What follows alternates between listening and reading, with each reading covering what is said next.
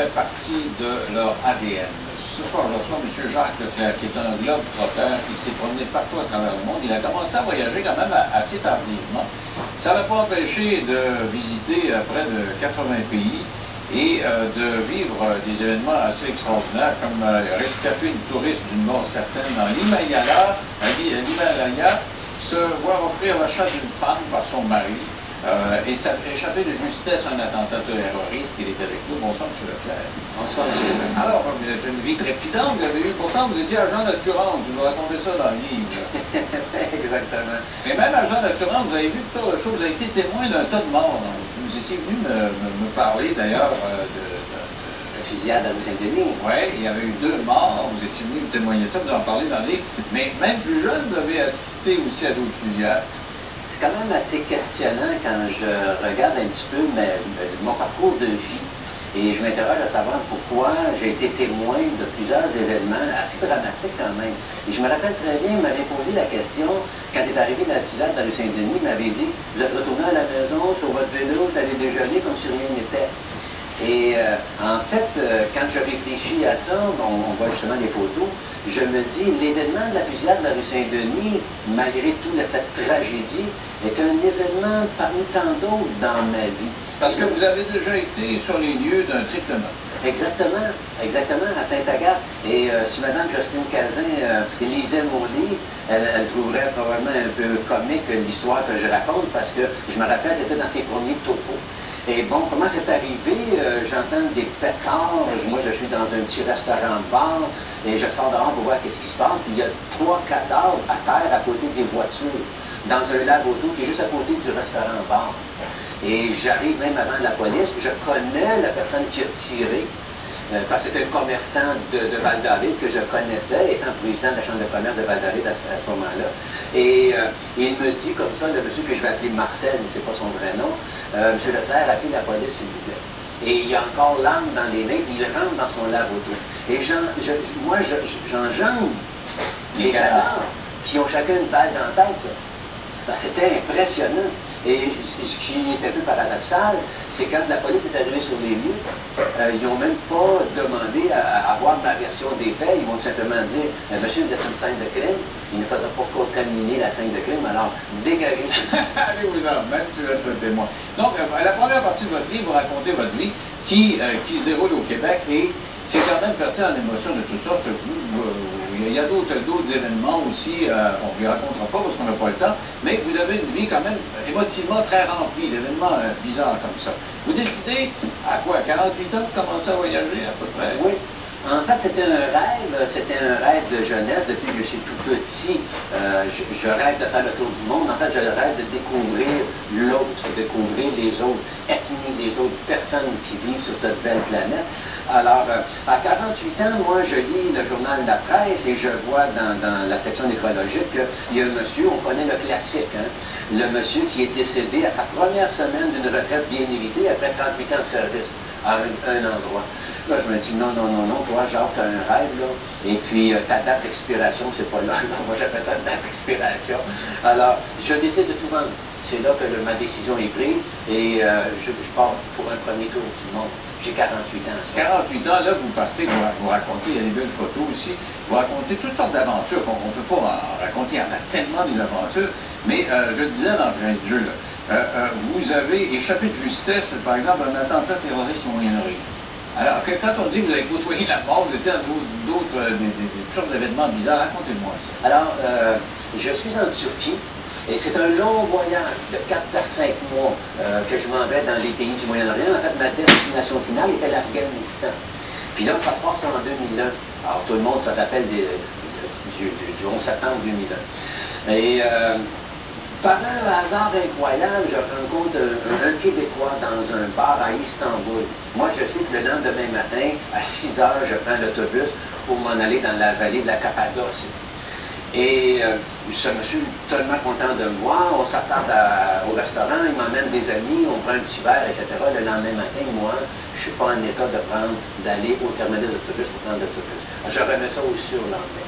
Le surlendemain, quand j'arrive au terminal d'autobus, il a explosé, il n'y a plus rien, les voitures calcinées dans la rue. Alors là, on m'interpelle, la sécurité m'arrête.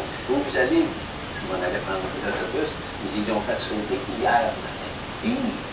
Et vous deviez être là hier matin. Donc, et c'est plein d'événements bizarres comme ça.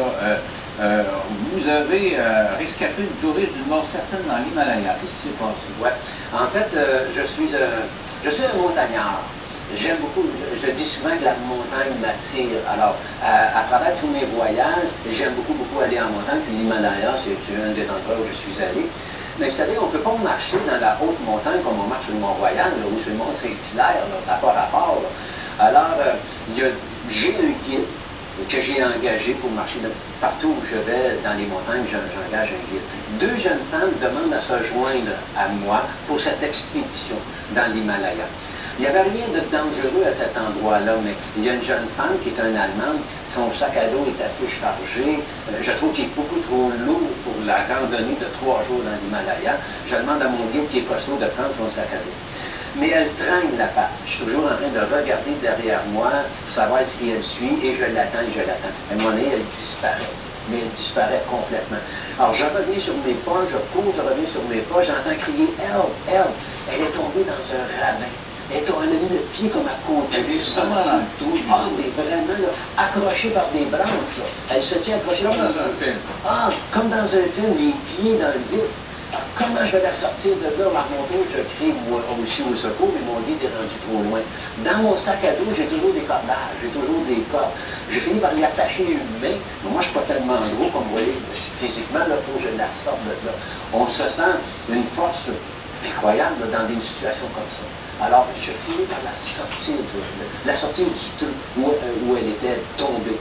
Et là, mon guide arrive, finalement, on la couche par terre, etc. Et des touristes l'ont ramenée au village, elle était sur un choc nerveux. Sans moi, cette dame-là serait inexistante. Alors, moi je dis, c'est ça, il y en a une collection d'événements comme ça. On dit, oh, j'ai le capitaine Bonhomme devant moi. Oh, c'est vraiment l'air extraordinaire, on en parle dans 3 jours.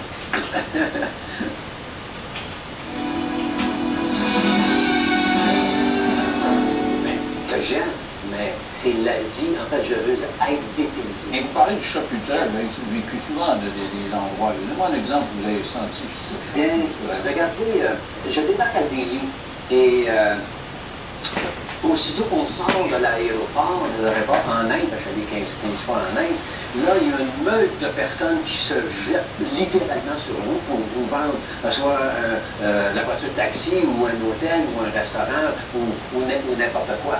Alors là, il faut arriver à passer à travers cette foule-là pour se rendre à la voiture qui nous attend pour nous emmener finalement au petit auberge qu'ils m'ont réservé. Alors je finis par me débarrasser, mais si je vous disais que parfois j'étais presque sur le choc de voir que la sécurité comme à cet aéroport-là, il battait les gens littéralement pour me frayer un passage jusqu'à ma voiture. C'en était triste à ce point-là pour voir comment les gens ont besoin de gagner des sous et ils voient le touriste comme un signe de pièce qui sur la rue finalement. Et là, bon, j'arrive à la voiture. Le miracle indien. La voiture, elle est coincée entre 2 autres voitures. Je me dis, on ne sortira jamais de là. Alors le monsieur, il branche les pins en dessous du coffre, du coffre à gants pour démarrer la voiture. Une vieille Mercedes qui a 1 million de kilomètres là-dessus. Pousse en avant, pousse en arrière, pousse en avant. On fait la place. On part de là. Donc, il y a un tas d'anecdotes, un tas d'aventures. On ne peut pas en raconter 100 millions. Mais en gros, vous revenez au pays, puis vous sauvez la vie d'une jeune fille. Quand je dis que vous êtes dans des événements rocambolesques, racontez-moi, là, on n'a pas beaucoup de temps, mais allez-y. Rapidement, je suis tout simplement sur une plage, à quelque part au Québec. Je suis en train de lire un livre comme ça. Puis je vois une jeune fille, 8-9 ans, là, en difficulté dans le lac. Personne ne remarque rien. Pourquoi moi, je la vois en difficulté? Ah, je pars rapidement à la nage, je l'embarque sur mon dos finalement, puis je la ramène. Et là, les parents arrivent, on lui fait la respiration, puis on sauve la petite. Je me dis, si moi, je ne l'avais pas vu. Mais vous posez la question, comment ça fait que vous êtes toujours au centre d'affaires? Vous arrivez à des endroits, l'armée, là, ça vous fait peur. Il y a un mari qui vous propose d'acheter sa femme. Il est sérieux, c'est pas juste une blague. il est tellement sérieux que j'ai conservé longtemps dans mon portefeuille les chiffres qu'il m'avait donnés. Combien que vous chargez? On parle en millions de bahts, mais ce qui représente à peu près 20 000 $.